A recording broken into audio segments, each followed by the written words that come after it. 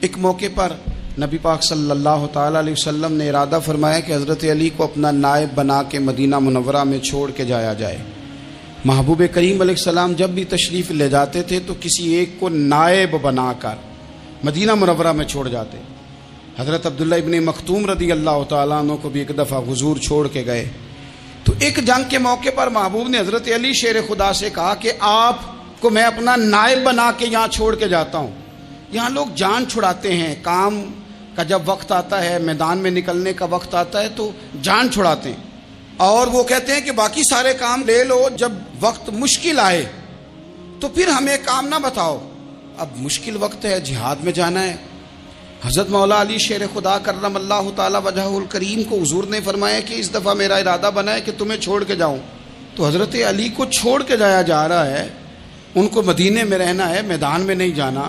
عام آدمی کتنا پسند کرتا ہے کہ میں آرام سے رہوں گا، لیکن حضرت علی کو اتنا شوق تھا میدان جہاد کا، اتنی تڑپ تھی ان کے دل کے اندر کہ عرض کرنے لگے یا رسول اللہ صلی اللہ تعالی علیہ وسلم، رو پڑے، کہنے لگے حضور ساری دنیا میدان میں جہاد کرے گی اور میں یہاں عورتوں اور بچوں کے پاس رہوں گا، میں یہاں عورتوں اور بچوں کے بیچ وقت گزاروں، حضور مجھے لے کے جائیں۔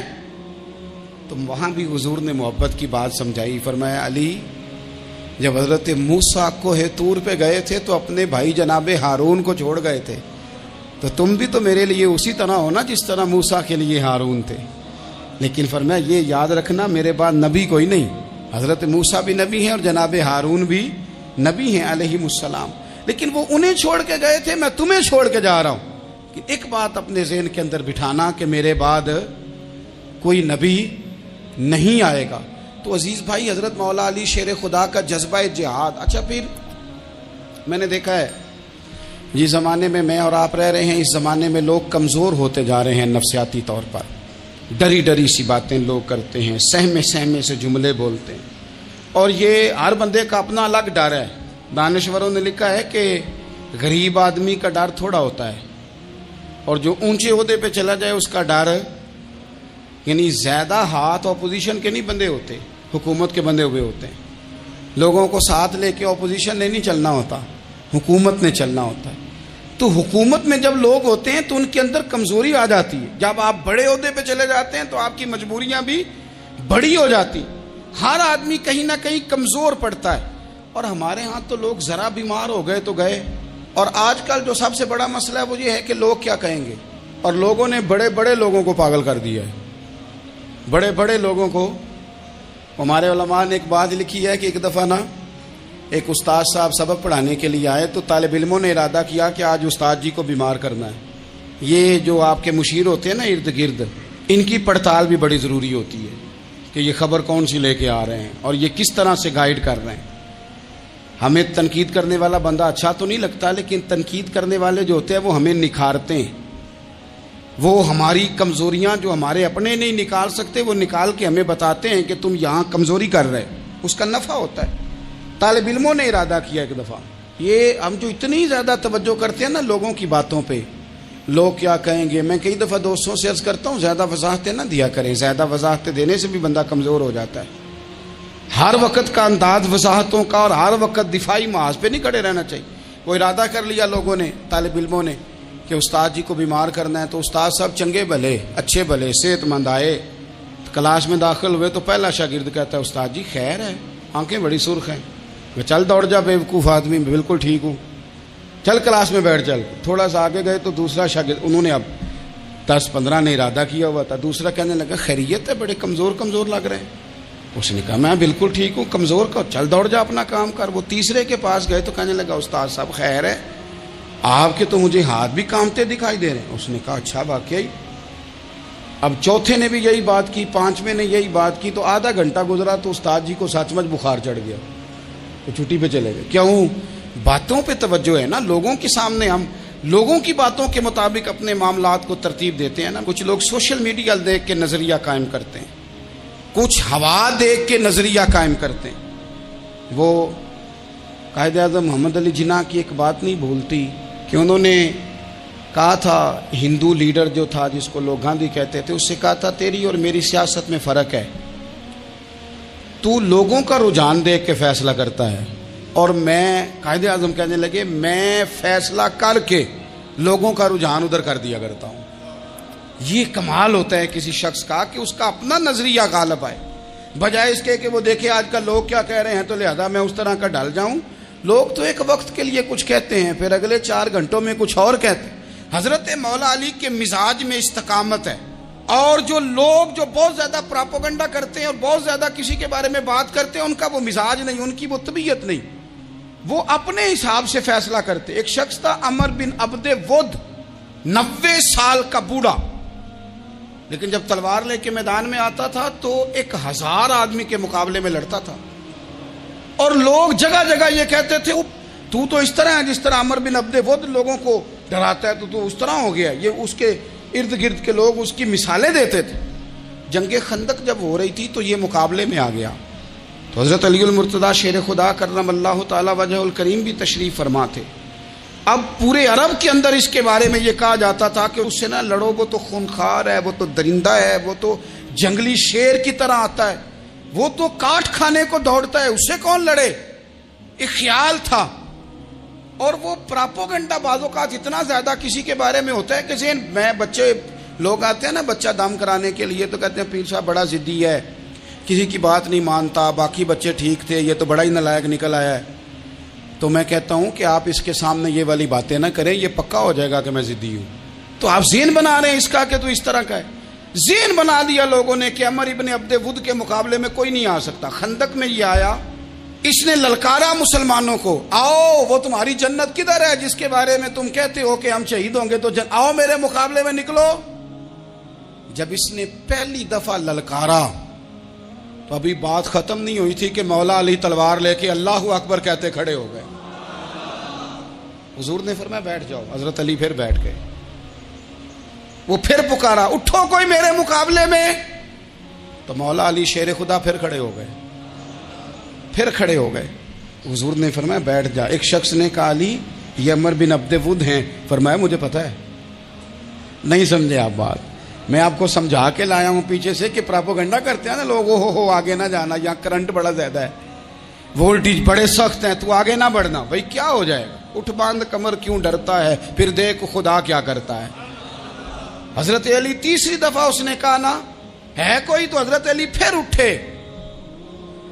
اب تو رسول پاک صلی اللہ تعالی علیہ وسلم نے تھپکی دی. بعض جگہ یہ ہے کہ حضور نے خود تلوار تھمائی، سر پہ امامہ باندھا اور حضور نے فتح یابی کی دعا فرمائی. حضرت علی گھوڑے پہ بیٹھے نکلے اور جب اس کے سامنے گئے تو جا کے کہنے لگا میرا پتہ ہے. حضرت علی فرمانے لگے تو اپنا چھوڑ، میرا پتہ ہے تجھے، مجھے تو جانتا ہے. کہنے لگا میں 1000 کے مقابلے میں اکیلا لڑتا ہوں. حضرت علی شیر خدا فرمانے لگے پتہ نہیں تو کن سے لڑتا رہا ہے، جانے وہ کون ہے جن سے تو لڑتا رہا ہے، وہ کون 1000 تھے جو تیرے مقابلے میں آتے تھے، پتہ نہیں. تو کہنے لگا میرا نام میری ماں نے عمر بن عبد ود رکھا ہے. فرمایا چھوڑ تو، میری ماں نے میرا نام حیدر رکھا ہے. کہنے لگا تیری عمر چھوٹی ہے، کوئی بڑا لا. فرمانے لگے یہ تو جب پنجے میں پنجہ ملے گا تو پتہ چلے گا عمر کس کی چھوٹی ہے. ابھی تو کہانیوں سے متاثر کرنا چاہتا ہے، تو چاہتا ہے کہ تو پریشر ڈالے اور میں تیری بات سنوں. تو مقابلے میں آ، ڈینگے نہ مار، کہانیاں نہ سنا. دیواریں ہلتی رہتی ہیں اور در کانپ جاتا ہے. علی کا نام سن کے اب بھی خیبر کانپ جاتا ہے. تو مقابلے میں آ، تو باتیں بنا رہا ہے، کہانیاں سنا رہا ہے. وہ کہنے لگا تو بچہ ہے، میں چاہتا نہیں تیرا خون بہاؤں. تو حضرت علی کہنے لگے میں بڑے دن سے پریشان ہوں کہ کسی بے ایمان کا خون بہایا کیوں نہیں، میرا بڑا دل کر رہا ہے تیرا خون بہاؤں. اس نے بڑی زوردار ضرب لگائی. غصے میں اتنا پاگل ہوا، کیونکہ اس کے بارے میں معروف تھا کہ وحشی مزاج آدمی. اتنا سخت پاگل ہوا غصے میں، اس نے اپنے گھوڑے کے پیر کاٹ ڈالے. پہلے تلوار گھوڑے کو دے ماری، اس کو کاٹ کے دوڑا. یہ کیوں کرتے تھے لوگ، عرب کے لوگ اس وقت یہ کام کرتے تھے کہ ہم نے گھوڑا ہی مار ڈالا ہے تاکہ ہم بھاگ نہ سکے. کہتے ہیں نا کشتیاں جلا دی ہیں کہ اب واپس جانے کا راستہ ہی بند ہو جائے.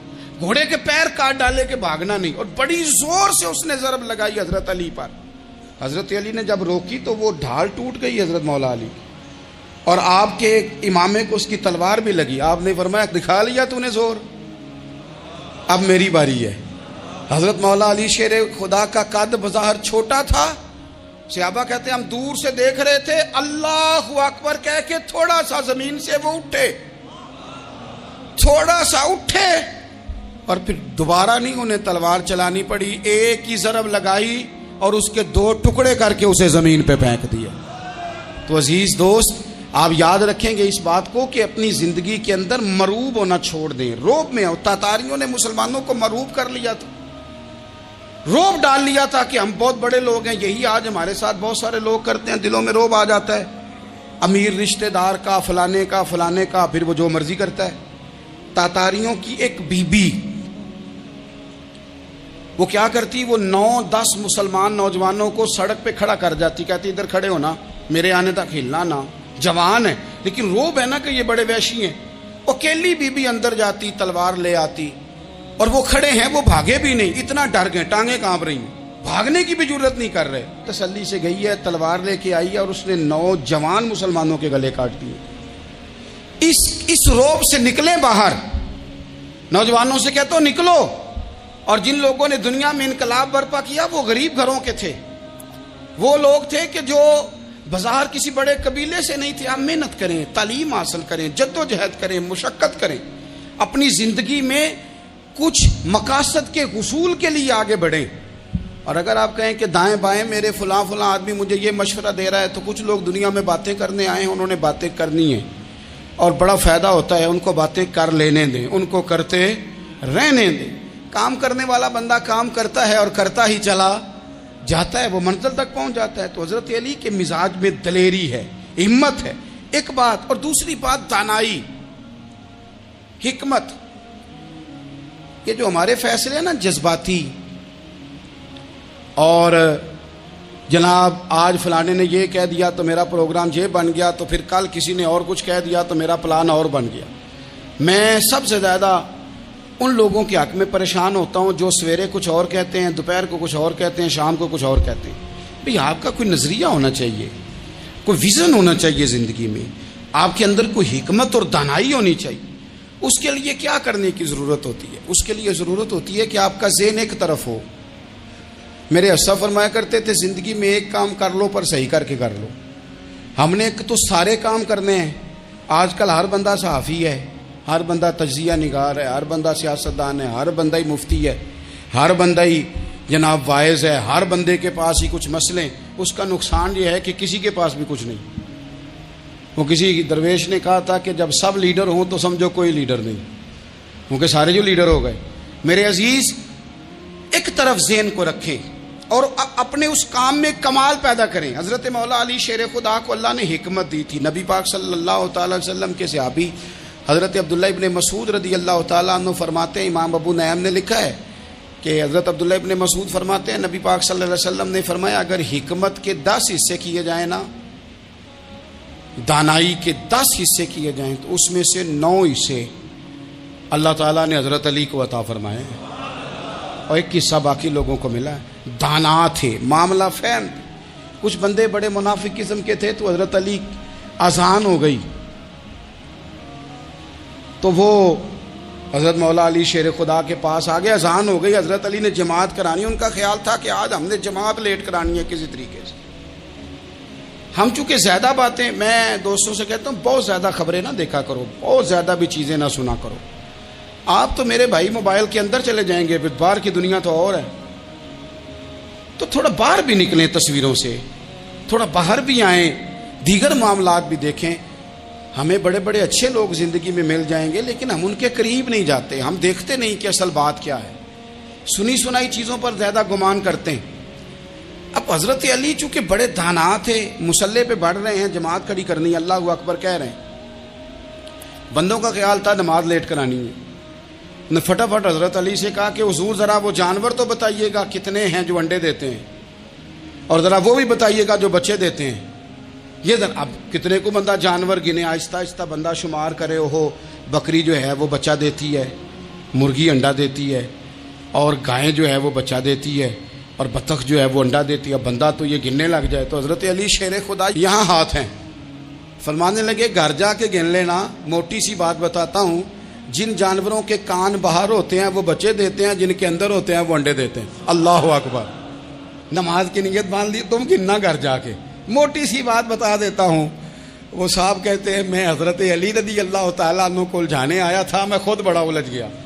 یہ کیا ماجرا ہے، کیا معمہ ہے کہ دو فکروں میں انہوں نے بات کو سمیٹا اور کمال کر دی۔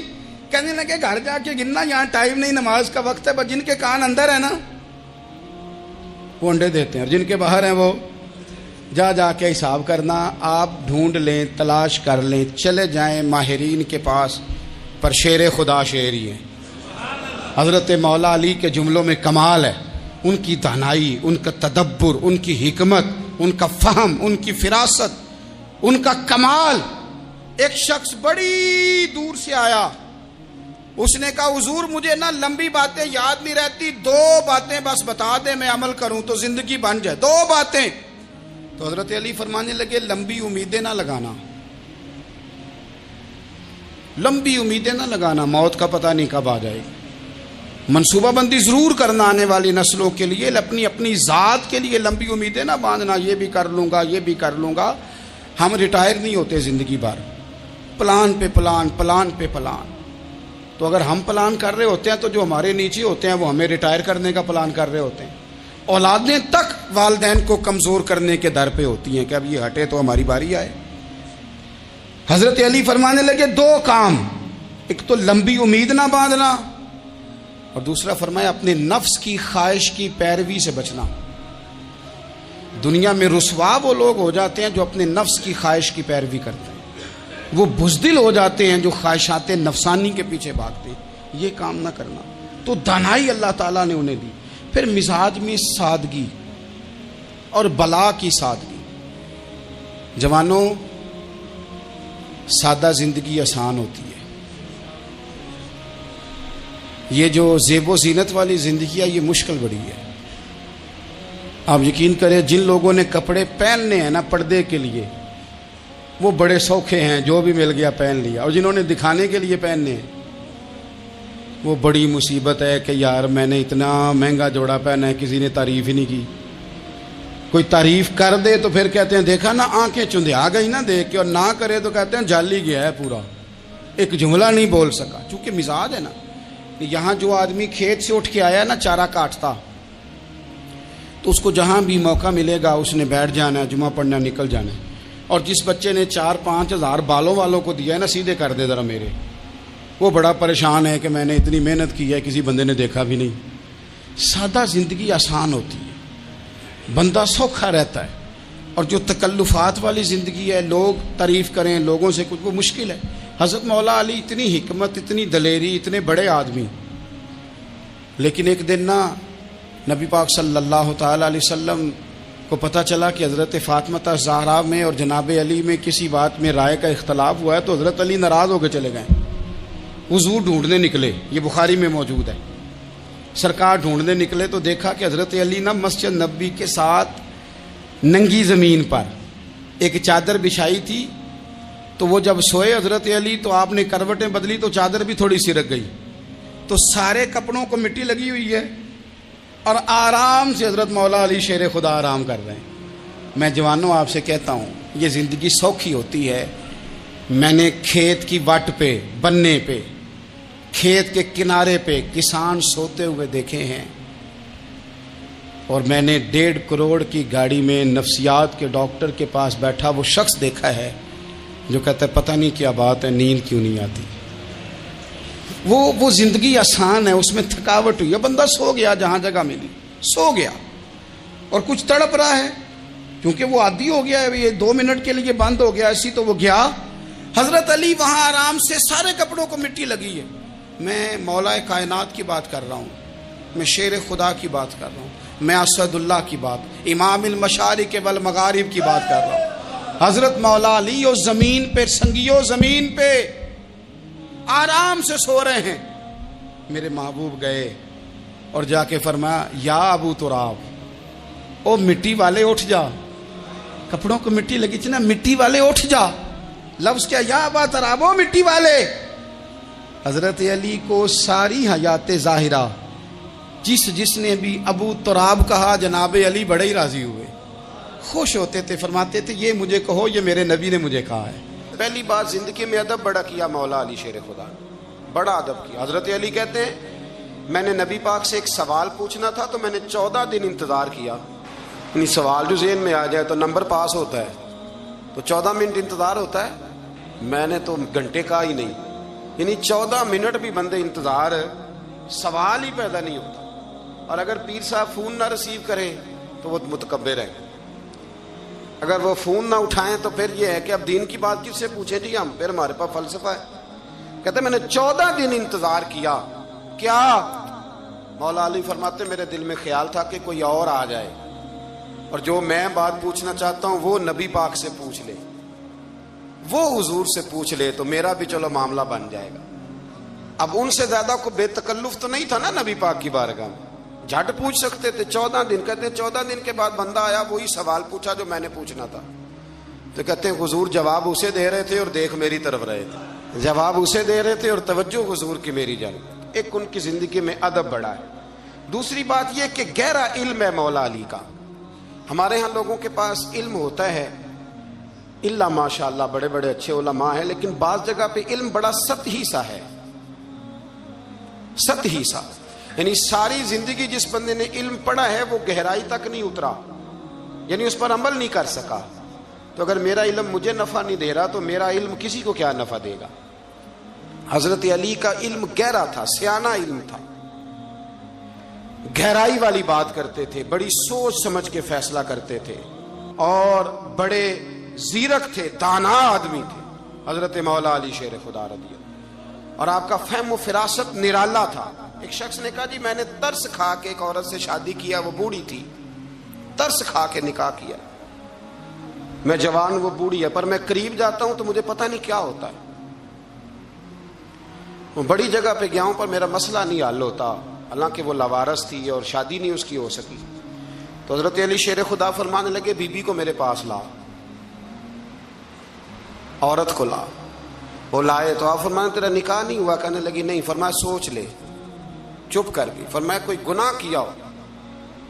خاموش ہو گئی۔ کہنے لگی میں نے میرا آغاز تھا جوانی کا تو میں نے ایک ناجائز بچہ پیدا کیا تھا، پھر اسے پھینک دیا، آبادی میں پھینکا۔ تو حضرت علی شیر خدا فرمانے لگے یہ تیرا وہی بچہ ہے۔ چونکہ جو اس نے کیفیات بتائی ہیں وہ یہ ہے کہ انسان ماں بہن جو اس کی ہوتی ہے نا، کچھ بھی ہو جائے، اللہ تعالیٰ نے فطری جذبے رکھے ہوتے ہیں، تو وہ کوئی حیوان ہو تو بات الگ ہے، اگر انسان ہو تو وہ مطلب انسان ماں کے سینے سے لگ بھی جائے تو اسے شفقت کا رنگ تو نظر آتا ہے، لیکن اس کے اندر وہ جذبات پیدا ہو سکتے نہیں۔ بیٹی سینے سے لگ جائے تو وہ والے جذبات اس میں آ۔ تو حضرت علی شیر خدا کا علم بڑا باریک۔ تو آپ فرمانے لگے میاں وہ جو تیرا اس کے اوپر ترس آیا نا، اس کی بھی وجہ یہ ہے کہ تیرا اس سے کوئی ازل سے رشتہ ہے، لہذا تمہارا نکاحی منعقد اتنا گہرا، سیاںہ اور پیچیدہ، یعنی باتوں کی گہرائی تک۔ آج ہمارے بہت سارے میری طرح کے لوگ تقریر کرتے ہیں تو وہ عوامی نفسیات کے مطابق بات نہیں کر پاتے، کیونکہ ہم جو تقریر رٹ کے آئے ہیں وہ تو ہم نے تو علم ظاہر کرنا ہے، اور نعرہ لگوانا بڑا شوق ہے۔ جب تک وہ مطلب لوگوں میں شوق نہ پیدا ہو پھر بعد میں گفتگو ہوتی ہے آج میں جلسہ لوٹ لیا ہے، تو میں کہا کرتا ہوں کہ جلسہ لوٹا نہیں جاتا، جلسے میں تو کچھ لٹایا جاتا ہے، علم دیا جاتا ہے، فہم دیا جاتا ہے، شوق دیا جاتا ہے۔ تو یہ کیا مطلب بات ہوئی؟